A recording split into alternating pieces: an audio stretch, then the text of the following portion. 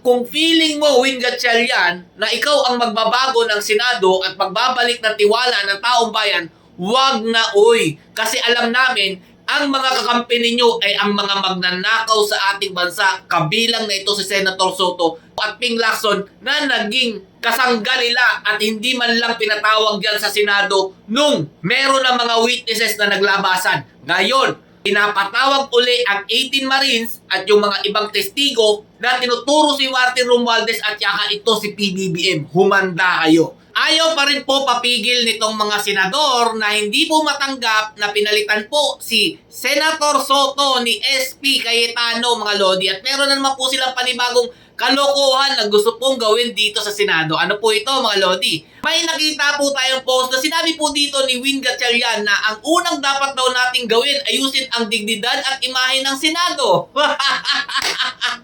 Talagang galing pa sa inyong mga majority nung mga nakaraan, ha? Ngayon naging minority kayo, iyak kayo ng iyak dyan sa Senado. Hindi nyo matanggap na napalitan si Soto ni Senate President Alan Peter Cayetano. Anak na tinapay naman, oh. Tanggapin nyo na kasi, natalunan talaga kayo at wala kayong ginawang mabuti dyan sa Senado. Kaya napalitan niya si Senator Soto. Tapos sinasabi niya pa daw po na very challenging sa amin na ibalik yung tiwala ng taong bayan. Senator Win Gatchalian, ang kakapal na mga mukha ninyo. Papaalala ko lang sa inyo, ha, bago kayo naging minority, iyang siyam na yan, mga lodi, 8 months naging majority, pero anong nagawa at tumatak sa taong bayan na meron silang napaimbestigahan sa issue ng flood control, sa pagnanakaw, at dito po sa mga congressman na nalilink po sa korupsyon sa ating gobyerno. Lalong-lalo na po ito si Martin Romualdez. May nagpatawag ba sa kanila dyan? Yung siyam na yan, mga idol, kabilang si Senator Soto at saka ito pong nagmamagaling na si Win Gatchalian.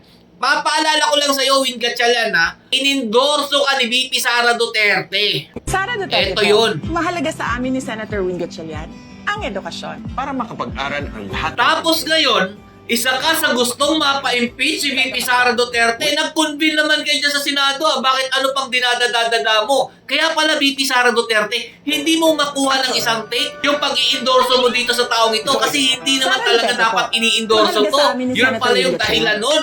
At eto pa, nagsalita pa si Rizal Tiveros, pakinggan nyo mabuti, ha, yung virus ng PhilHealth. Well, kung maging Senate President si Senator Sherwin, that would be good for the Senate. Magka-batch kami, so isang dekada ko na siyang nakakatrabaho at saka naobserbahan. Talaga? Gusto-gusto niyo yan? Kasi nga, ay si kakatuparan nyo, yung mga maitim yung balak, dito kay VP Sara Duterte, kayong siyam na yan. Sige, para doon sa mga nagmamagaling dyan at bilib na bilib dito sa mga senador na to na umugat na po sa tagal dyan sa Senado, pero wala naman po akong naramdaman na ginawa nilang maganda dyan. Kayo na po bahala mag-comment kung ano po talagang mga nagawa nito. Puro lang po mga paboka, wala naman pong ginawang mabuti sa taong bayan. Kung ako sa inyo, hayaan nyo ang majority ngayon.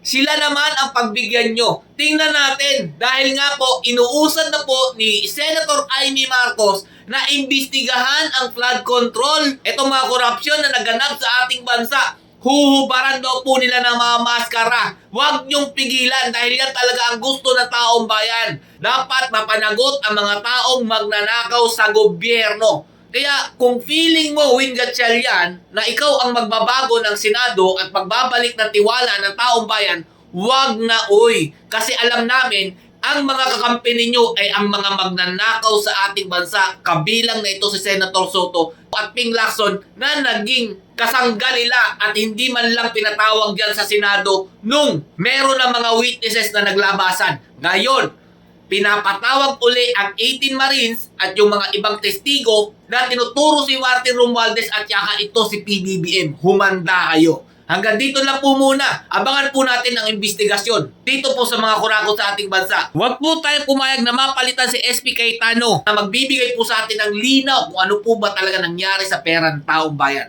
Duterte pa rin kahit anong gawin nyo.